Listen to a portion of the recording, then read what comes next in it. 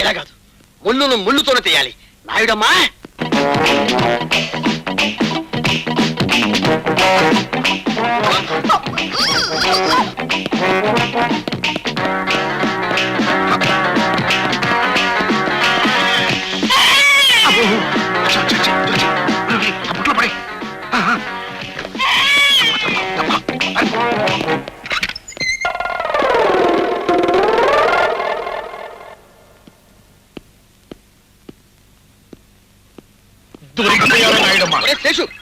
నేను శివరాం, నువ్వేమిటి వేషం?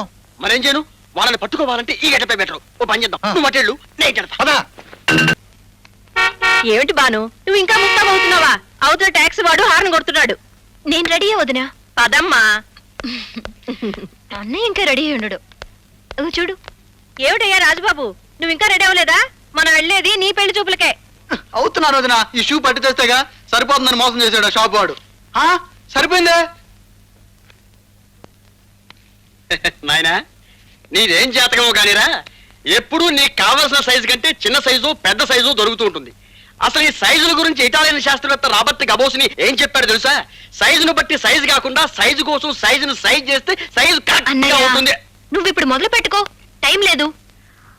ఒరే చిన్నయ్య, నీకిచ్చే కట్నంలో 50% నా అమెరికా చదువుకి, అంటే ఆడపడుచు లాంఛనం, సరేనా?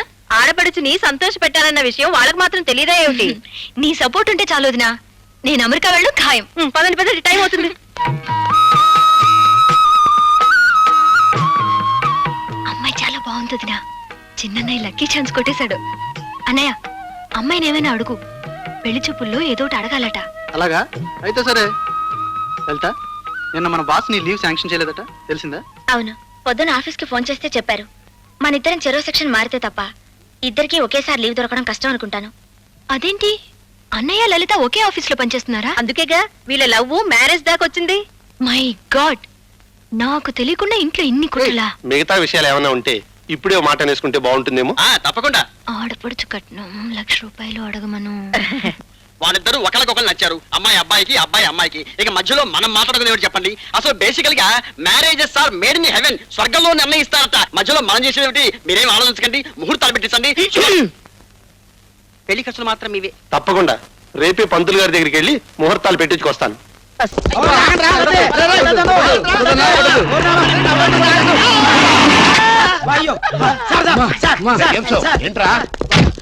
ఏంటండి, సమయానికి మీరు వచ్చారు కాబట్టి సరిపోయింది, లేకపోతే చచ్చిపోయారు.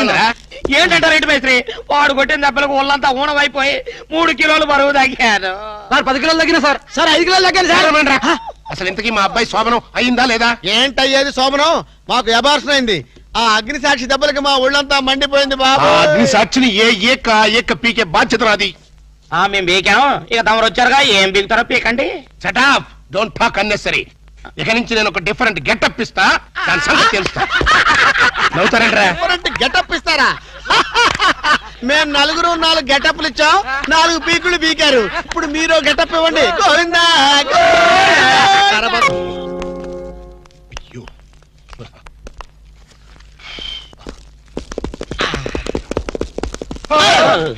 మీరంట్రా? ఇంతకే అయిందా లేదా? ఏంటయ్యది? అదే లేడీ గెటప్ లో ఇన్వెస్టిగేషన్ అయిందా లేదా అని. ఇన్వెస్టిగేషన్ ఎట్టున్నా ముందు ఫ్రీ మోషన్ అయింది. ఏదో అయిందిలేండి. నార్మేంట్రా? ఆవును చూసిన ఆపోతులా ఆ మలయాళ పొడి నా వెనకబడి పోగుతున్నాడు. కొట్లిప్పు కోసం చేద్దాం, కొట్లిప్పు కోసం చేద్దాం, ఆ పిల్లం నా ప్రాణాలు తోడేసి పాత్ర వేసేస్తుందిరా. అమ్ము, మరి అదే ఇలాంటి చీప్ గెటప్స్ మన పని అవుతుందా లేదా అని. ఎందుకు జరగదురా? ఇప్పుడే కదా ఎంటర్ అయ్యాం, చూపిస్తా. Room cleaning madam. ఇందాకెవరు చేసి వెళ్ళారే? ఆ క్లీనింగ్ వేరు మేడం. నేను tables, radio, flower vase, TV ఇవన్నీ క్లీనింగ్. సరే, ఏదో చేసి వెళ్ళు. Thank you very much madam. Madam, me room లో మీరు ఒక్కరే ఉన్నారా? దేనికి? మగవాళ్ళు ఎవరు తోడలేరా అని. నా మొగుడు పక్క రూమ్ లో వేరే అమ్మాయితో ఉన్నాడు. అద్దెకిచ్చారా? లేదు, దోపిడీ చేశారు. అరే, పోలీస్ రిపోర్ట్ ఇవ్వపోయారా? రిపోర్ట్ ఏం కర్మ, వాళ్ళ ఫ్యామిలీ మొత్తాన్ని లాకప్ లో పెట్టించడానికి కాటేజ్ కట్టిస్తున్నా. అంత ఘోరం ఎందుకులేమ్మా. వైదిపై మీ మ్యారేజ్ ఎప్పుడైంది? మొన్న ఈ మధ్య వచ్చిన తుఫాన్ లో. అబ్బా, ముహూర్తం చాలా బలమైంది. అన్నట్టు మీ మ్యారేజ్ ఎవరు చేశారో? ఇంకెవరు? ఆ ఓల్డ్ ఇడియట్ వాళ్ళ నానే. నా నా నా నా నా నా నా. వాళ్ళ నాన్న అలాంటి వాడు కాదమ్మా. నీకెలా తెలుసు? అప్. ఊహించా. వాళ్ళ నాన్న నేను 6th క్లాస్ లో బెంచ్ మీట్స్, ఆహా, బాగా ఫ్రెండ్స్ కూడా. అంత క్లోజా? ఆ డెడ్ క్లోజ్. క్లాస్ లో ఉన్నప్పుడు అతని పెన్సిల్ నేను చెక్కిచ్చేదాన్ని. క్లాస్ అయిపోయిన తర్వాత అతని టిఫిన్ బాక్స్ నా చేతుల్లో పెట్టేవాడు. అయితే ఆయనకి నువ్వే చెప్పు, ఈ అగ్ని సాక్షితో ఆడుకోవద్దని. నాకు ఓ విషయం చెప్పమ్మా. నీ మ్యారేజ్ ఆయన దగ్గరుండి జరిపించారా, లేకపోతే ఆయనలాగా ఎవరైనా వేషం వేసుకుని జరిపించారా? ఎవరు చేసినా షాక్ తగిలేది ఆయనకే. నేను ఒక కంట కనిపెడుతూనే ఉన్నాను, ఎవరిని? మా వారి డాడీని. ఇదేంటో తెలుసా? అని కాదు, యాసిడ్.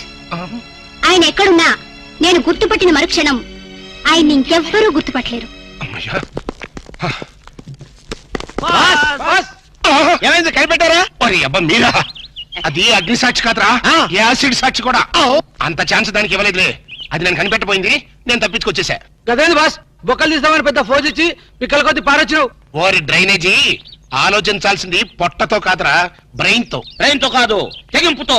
నేను ఇప్పుడే వెళ్ళి దాన్ని పొట్టురే కొడతాను. పొట్టు రేగొట్టడానికి అదేం మొక్కజొన్న పొత్తి కాదు. ఎల్లెళ్ళు, దాని చేతిలో యాసిడ్ బాటిల్ ఉంది. యాసిడ్ అంటే జనరేటర్ మాడిపోద్ది. యాసిడ్ బోట్ల రే జేమ్స్, నువ్వేదో ఖడ్గ తిక్కని అనుకోబాక. దాని చేతిలో యాసిడ్ బాటిల్ ఉందని చెప్తున్నా. అయితే మనం యాంటాసిడ్ బాటిల్ తెల్దాం. ఏం గ్యాస్ ప్రాబ్లమా?